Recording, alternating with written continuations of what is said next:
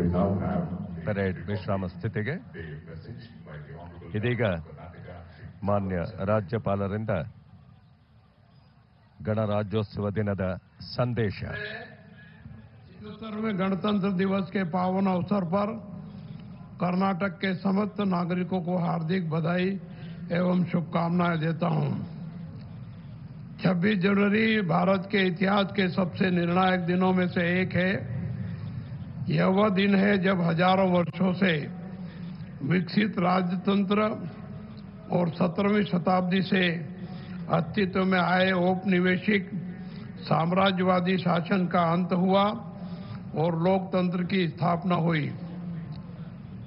इसी दिन नए भारत का संविधान लागू किया गया, जिसने औपनिवेशिक और पुरातन भेदभावपूर्ण कानूनों को त्यागते हुए सामाजिक, आर्थिक और राजनीतिक न्याय में सभी की समानता की घोषणा की। असंख्य लोगों ने गणतांत्रिक व्यवस्था की स्थापना के लिए बलिदान दिए और अपने प्राण न्यौछावर किए।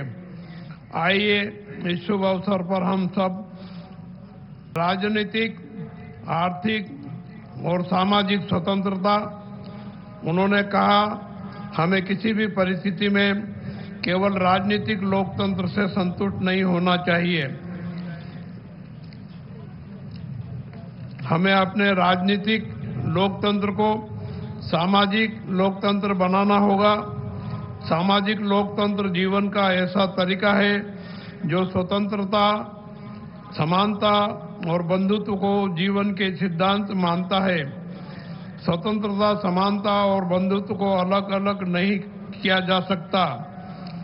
एक को दूसरे से अलग करना लोकतंत्र के उद्देश्य को ही विफल कर देता है।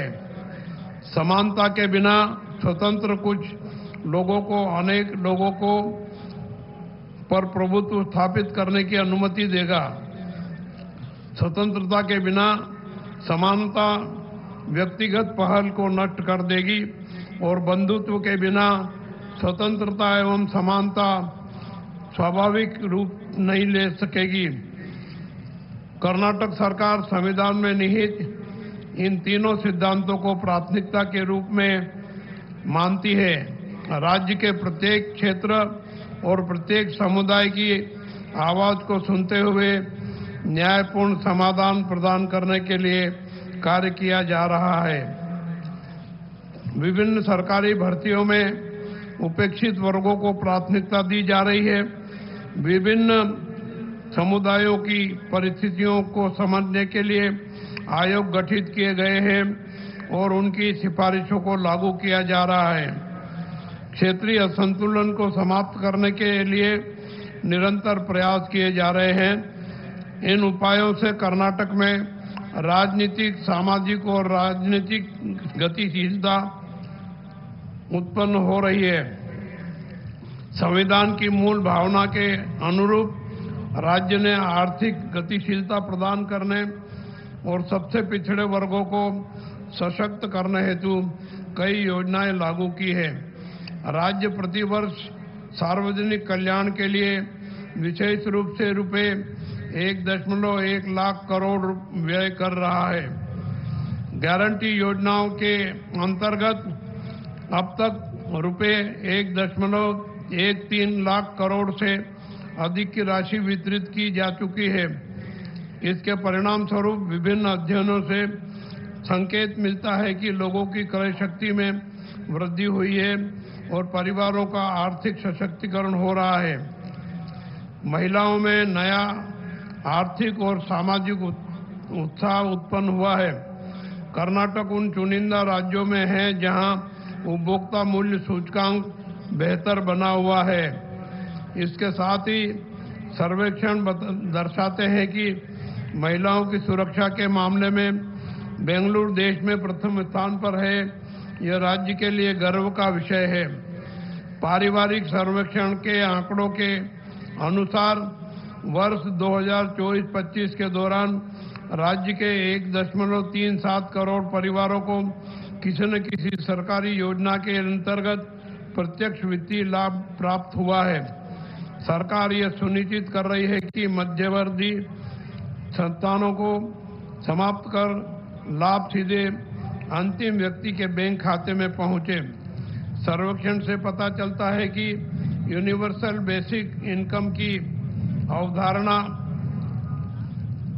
पर आधारित गारंटी योजनाओं से महिलाओं के जीवन में उल्लेखनीय परिवर्तन हो रहा है। इन कार्यक्रमों से बच्चों की शिक्षा, स्वास्थ्य सेवा, बेहतर पोषण और आत्मनिर्भर जीवन के लिए आवश्यक आर्थिक गतिविधियों को सुनिश्चित किया गया है।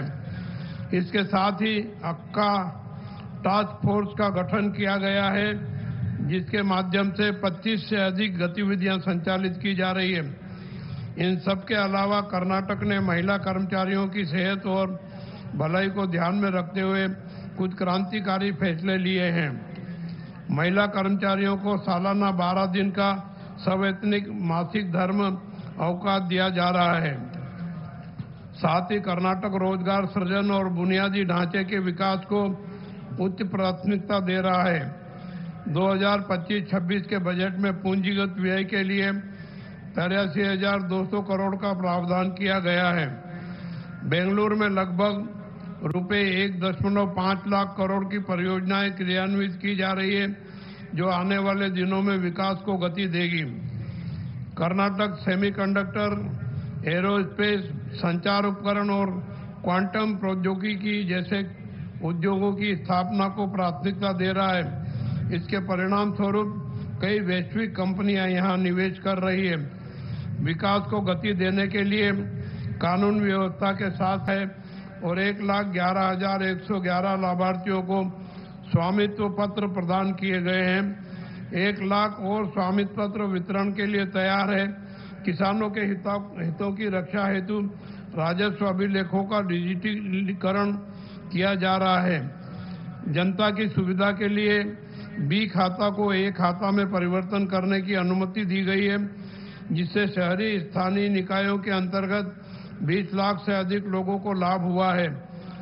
ई स्वत्तु प्रणाली लागू की गई है। प्रशासन को सरल और नागरिक अनुकूल बनाने के लिए भवन सेटबैक में समयानुकूल संशोधन किए गए हैं। कर्नाटक देश का सबसे बड़ा शिक्षा केंद्र बनकर उभर रहा है। यहाँ बड़ी संख्या में चिकित्सा, नर्सिंग, इंजीनियरिंग, कृषि, बागवानी और प्रबंधन महाविद्यालय एवं विश्वविद्यालय, सरकारी विद्यालयों में एलकेजी और यूकेजी कक्षाएं प्रारंभ की जा रही है। राज्य में लगभग 8.5 लाख बच्चे आवासीय विद्यालयों और छात्रावासों में गुणवत्तापूर्ण शिक्षा प्राप्त कर रहे हैं। प्रोफेसर सुखदेव थोराट कमेटी की रिपोर्ट के अनुसार कार्यान्वयन की जा रही है। कल्याण कर्नाटक क्षेत्र में शिक्षा सुधार हेतु अक्षरा आविष्कार योजना लागू की जा रही है।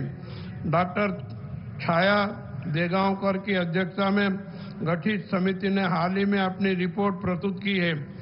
वर्तमान में वहां 300 क्रांतिकारी मॉडल के कर्नाटक पब्लिक स्कूल प्रारंभ किए गए हैं। राज्य कौशल आधारित शिक्षा को सर्वोच्च प्राथमिकता दे रहा है। इसके अंतर्गत नए जीटीटीसी, पॉलिटेक्निक कॉलेज, स्किल पार्क और एमएसडीसी स्थापित किए जा रहे हैं। विद्यालयों और महाविद्यालयों में भी कौशल शिक्षा को प्राथमिकता दी जा रही है। स्वास्थ्य क्षेत्र में भी कर्नाटक अग्रणी है। जनसंख्या के अनुपात में राज्य में सर्वाधिक प्राथमिक स्वास्थ्य केंद्र, अस्पताल और मेडिकल कॉलेज है। सरकार इन मेडिकल कॉलेजों तथा प्राथमिक स्वास्थ्य केंद्रों की स्थापना भी लगातार कर रही है। बेंगलुरु, मैसूर, कलबुर्गी, हुबली, धारवाड़, बेलगावी, बेंगलुरु, दावणगेरे, उडुपी, शिवमोगा और तुमकुर स्वास्थ्य केंद्रों के रूप में विकसित हो रहे हैं।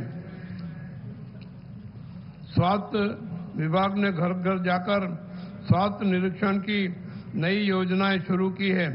कुपोषण उन्मूलन हेतु कई पहल की गई है।